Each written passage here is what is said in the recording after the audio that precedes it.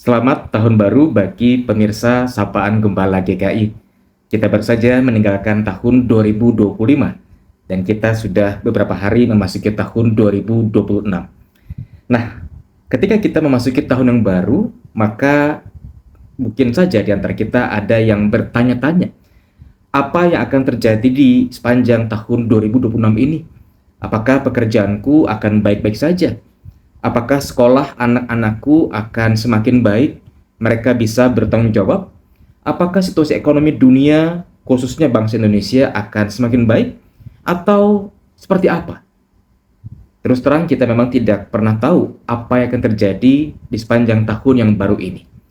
Dan ketika di antara kita ada yang bertanya tentang sesuatu kepada Tuhan, maka pertanyaannya adalah apakah kita boleh bertanya kepada Tuhan tentang apa yang akan kita alami, tentang apa yang akan terjadi di sepanjang tahun ini. Di satu sisi, ada orang-orang Kristen tertentu yang mengajarkan bahwa kalau kita beriman, percaya saja. Tidak usah banyak tanya. Kalau kita bertanya-tanya, itu berarti kita tidak percaya kepada Tuhan. Maka pertanyaan reflektif bagi kita adalah apakah iya, sebagai seorang beriman, kita tidak boleh bertanya kepada Tuhan tentang iman sekalipun.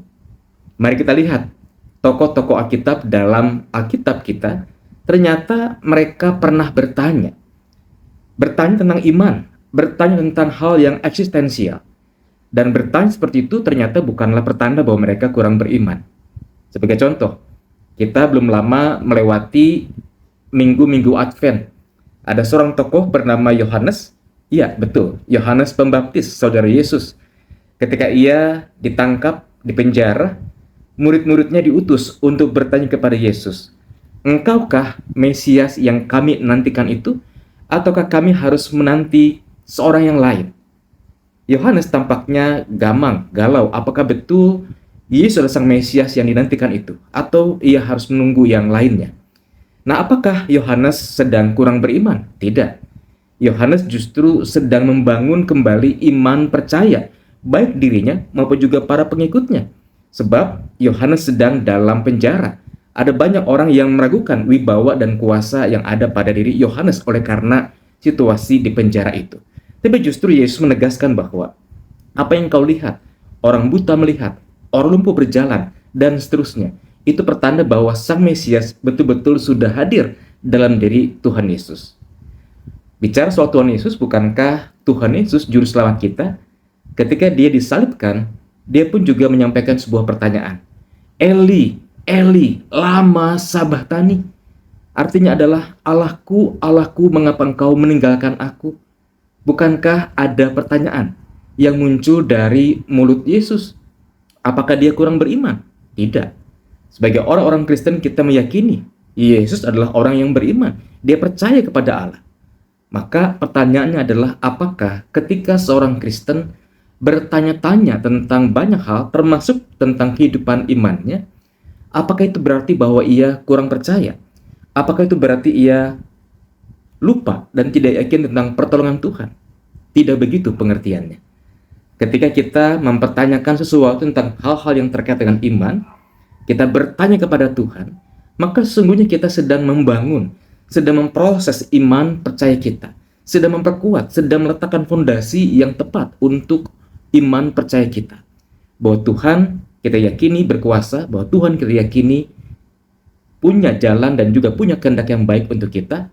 Dan karena itu tidak mengapa kita bertanya. Kita bertanya sebagai proses membuka ruang bagi pekerjaan-pekerjaan Tuhan dialami oleh kita, sehingga iman kita dibangun, iman kita semakin diperkuat. Nah, hari ini dalam renungan Sapaan Gembala saya mengajak kita untuk mencermati satu bagian Alkitab dari kitab Filipi pasal yang keempat ayat yang ke-7, di mana firman Tuhan berkata, "Damai sejahtera Allah yang melampaui segala akal akan memelihara hati dan pikiranmu dalam Kristus Yesus." Ini adalah sebuah nasihat yang Rasul Paulus sampaikan kepada sebuah jemaat di kota Filipi. Dikatakan oleh Paulus, damai sejahtera Allah yang melampaui segala akal akan memelihara hati dan pikiranmu dalam Kristus Yesus. Apa artinya nasihat dan pengajaran Paulus yang satu ini?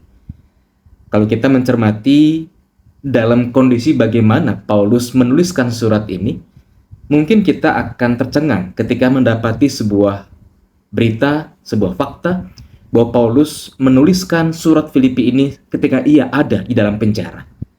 Kita tahu, kita sadar, kita bisa membayangkan bahwa hidup dalam penjara bukanlah situasi kehidupan yang enak, bukanlah situasi kehidupan yang nyaman. Banyak masalah, banyak tekanan, banyak persoalan. Tapi Paulus bisa menasihati, bisa juga menggugah dan meyakinkan orang-orang Kristen di Filipi bahwa damai sejahtera Allah itu melampaui segala akal. Kembali pada uraian di awal renungan Sapaan Gembala hari ini, ketika di antara kita ada yang bertanya tentang apa yang akan terjadi di tahun ini. Bagaimana dengan usahaku? Bagaimana dengan kondisi anak-anak yang sedang studi dan seterusnya?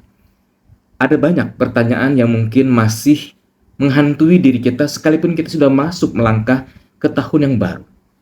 Firman Tuhan hari ini menegaskan sebuah berita bahwa damai sejahtera Allah, keselamatan yang dari Allah, itu menyertai kita, dan keselamatan yang Allah rancang, damai sejahtera yang Allah sanggup hadirkan, itu melampaui segala akal kita. Artinya apa?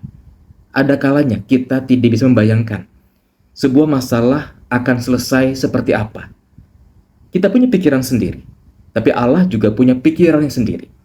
Dan bukan tidak mungkin, jalan penyelesaian Allah ada jalan penyelesaian yang melampaui akal kita. Kita takut, kita cemas dengan apa yang akan terjadi. Tapi justru Allah dengan kuasanya menghadirkan damai sejahtera, menghadirkan keselamatan yang baik adanya untuk kita. Maka maukah kita melangkah di tahun yang baru ini dengan keyakinan bahwa damai sejahtera Allah yang melampaui segala akal itu memelihara hati dan pikiran kita dalam Kristus Yesus. Jangan ragu, jangan takut, tetaplah mengerjakan tugas panggilan kita. Kita percaya bahwa Allah, Sang Sumber damai sejahtera itu, menyertai kita, menolong kita untuk melewati segala perkara, dan apa yang Allah sediakan bukan tidak mungkin, tidak kita bayangkan sebelumnya, karena karyanya melampaui akal kita. Dan damai sejahteranya memelihara hati dan pikiran kita dari sekarang sampai selama-lamanya. Selamat memasuki dan terus berkaryalah di tahun yang baru anugerah Tuhan ini. Kiranya Tuhan memberkati sahabat Sapaan Gembala sekalian. Amin.